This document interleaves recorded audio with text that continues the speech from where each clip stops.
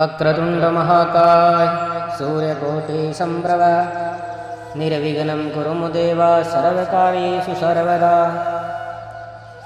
सर्वमंगलमांगल्ये शिवे सर्वार्थसाधिके शरण्ये त्र्यंबिके गौरी नारायणे नमोस्तुते। वंदे देवी उमापतिं सुरगुरुं वंदे जगत्कारणं वंदे गणभूषणं मृगधरं वंदे पशूनां पतिं वंदे सूर्यसकाशवनयनं वंदे मुकुन्दं प्रियं वंदे भक्तजनाश्रयं च वरदं वंदे शिवशङ्करं। बोलिए शंकर भगवान की जय।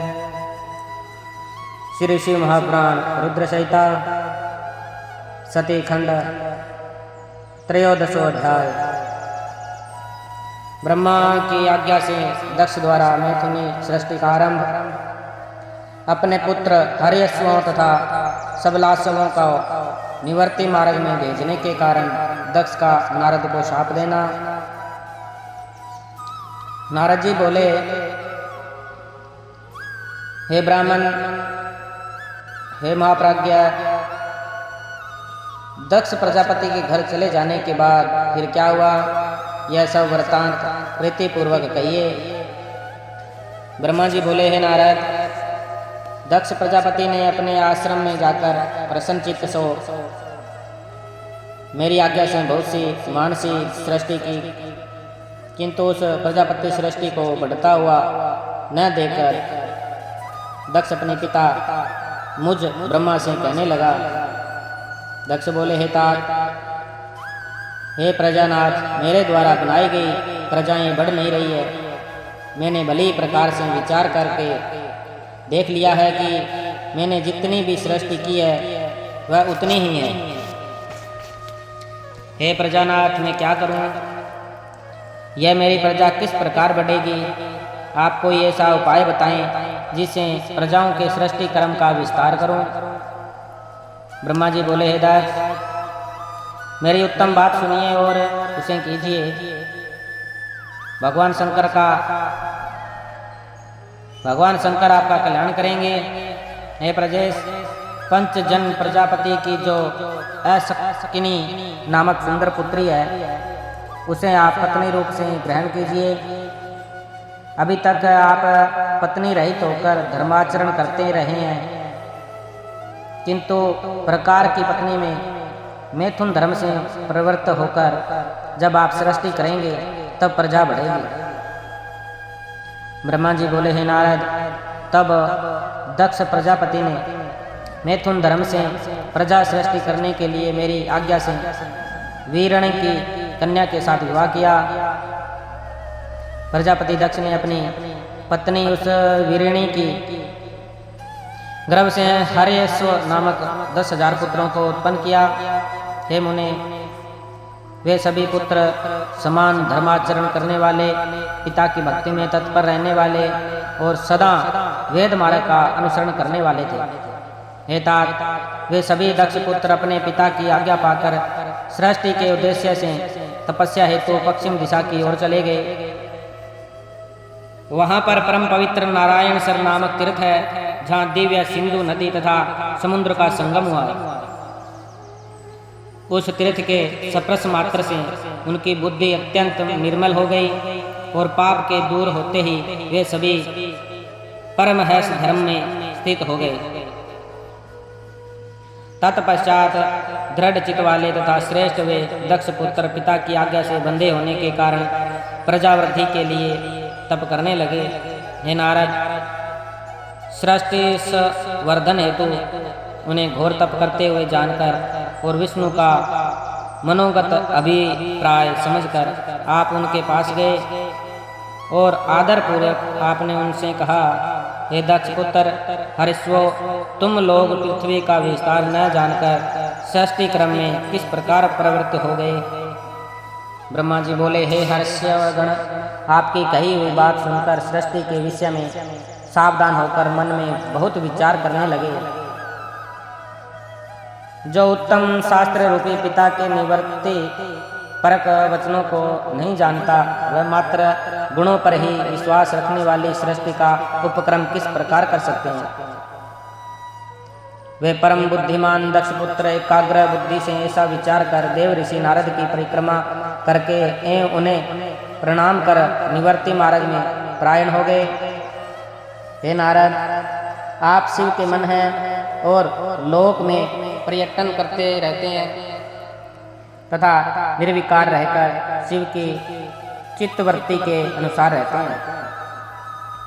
बहुत काल बीतने पर मेरे पुत्र दक्ष प्रजापति नारद जी के द्वारा अपने पुत्रों के नाश को सुनकर बहुत संतृप्त हुए।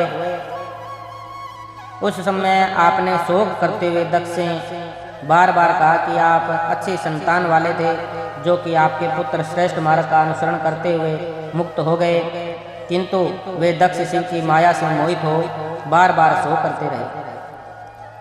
तदंतर दक्ष के पास आकर मैंने उन्हें शांति भाव का उपदेश देकर सांत्वना देते हुए कहा, शोक मत करो, देव बड़ा प्रबल होता है। तब दक्ष प्रजापति ने मेरे द्वारा धीरज बंधाए जाने पर पुनः पंचजन की कन्या ऐसिकनी के गर्भ से सबलासव नामक 1000 पुत्रों को उत्पन्न किया। दृढ़ व्रत वाले वे सबलासव भी पिता की आज्ञा से सृष्टि वर्धन हेतु वहाँ गए, जहाँ उनसे पूर्व उनके भाई गए हुए थे और सिद्ध हो गए थे। वे भी उस तीर्थ के स्पर्श मात्र से सर्वथा निष्पाप तथा शुद्ध अंतःकरण वाले हो गए और उत्तम व्रत में प्रायण होकर ब्रह्मा का तप करते हुए कठिन तप करने लगे। हे नारद, अपने सृष्टि करने के लिए उन्हें तपस्या में उदत देखकर उनके पास जाकर ईश्वर की गति का स्मरण करते हुए वही उपदेश दिया जो पूर्व में उनके भाइयों को दिया था।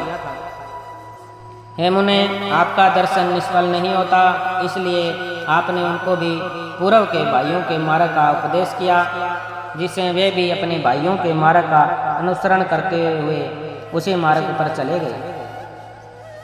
उसी समय दक्ष प्रजापति को अनेक उत्पात दिखाई पड़ने लगे। वे अपने पुत्रों को आया न देखकर आश्चर्यचकित होकर मन में दुखी हो गए।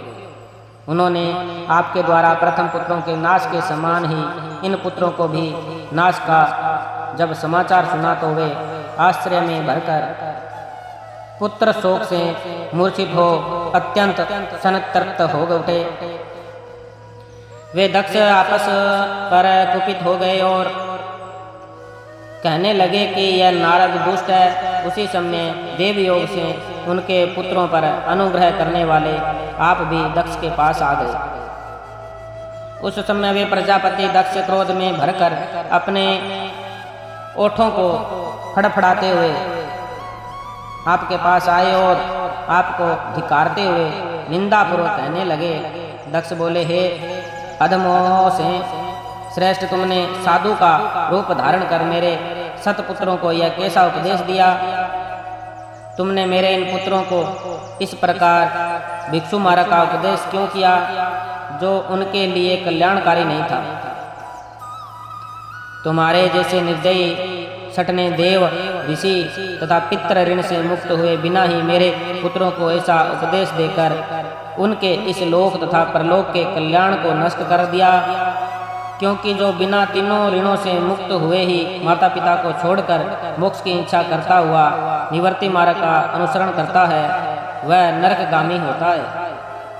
तुम निर्दयी अत्यंत निर्जल हो, बालकों को बहलाने वाले तथा यश को नष्ट करने वाले हो। हे मूर्ख, तुम हरि के पार्षदों के बीच में व्यर्थ ही विचरण करते हो। हे अधमाधम, तुमने बार बार मेरा अहित किया है, इसलिए लोक में भ्रमण करते हुए तुम्हारा पैर स्थिर न रहे। इस प्रकार शिव जी की माया से मोहित हुए दक्ष ने ईश्वर की इच्छा को नहीं समझा और सज्जनों के मान्य आपको शोक संतृप्त होकर साप दे दिया। और हे मुने, निर्मल बुद्धि वाले आपने भी दक्ष प्रजापति के इस साप को ग्रहण कर लिया। हे ब्रह्म साधो, ऐसा साधु स्वयं इस प्रकार के अपकारक को सहन कर लेता है।